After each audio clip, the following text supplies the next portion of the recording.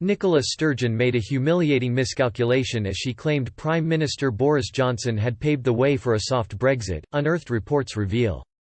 Britain's chief negotiator David Frost and his EU counterpart, Michel Barnier, dined at No. 10 Downing Street last night.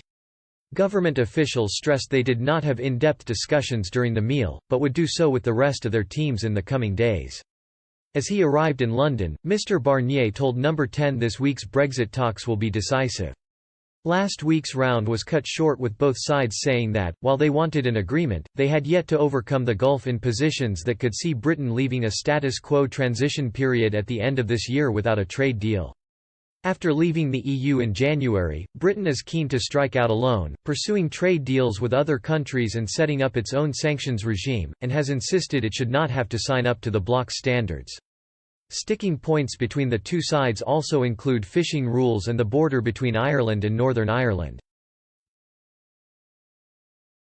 As no deal looks increasingly likely, unearthed reports reveal how First Minister Nicola Sturgeon thought the Prime Minister had paved the way for a soft Brexit in 2018. 2 years ago, Mr Johnson became the second senior cabinet minister to quit within 24 hours, as former Prime Minister Theresa May faced a growing political crisis over her Brexit strategy. In a resignation letter, the now Prime Minister said Mrs May was leading the UK into a semi-Brexit with the status of a colony.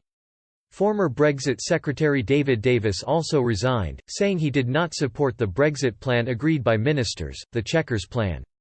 That day arguably marked the end of Mrs May's premiership, paving the way for Mr Johnson's victory a year later and then Brexit. In a column for The Scotsman, though, Ms Sturgeon completely misread the situation, arguing the former Foreign Secretary's resignation was going to help in her fight against Brexit.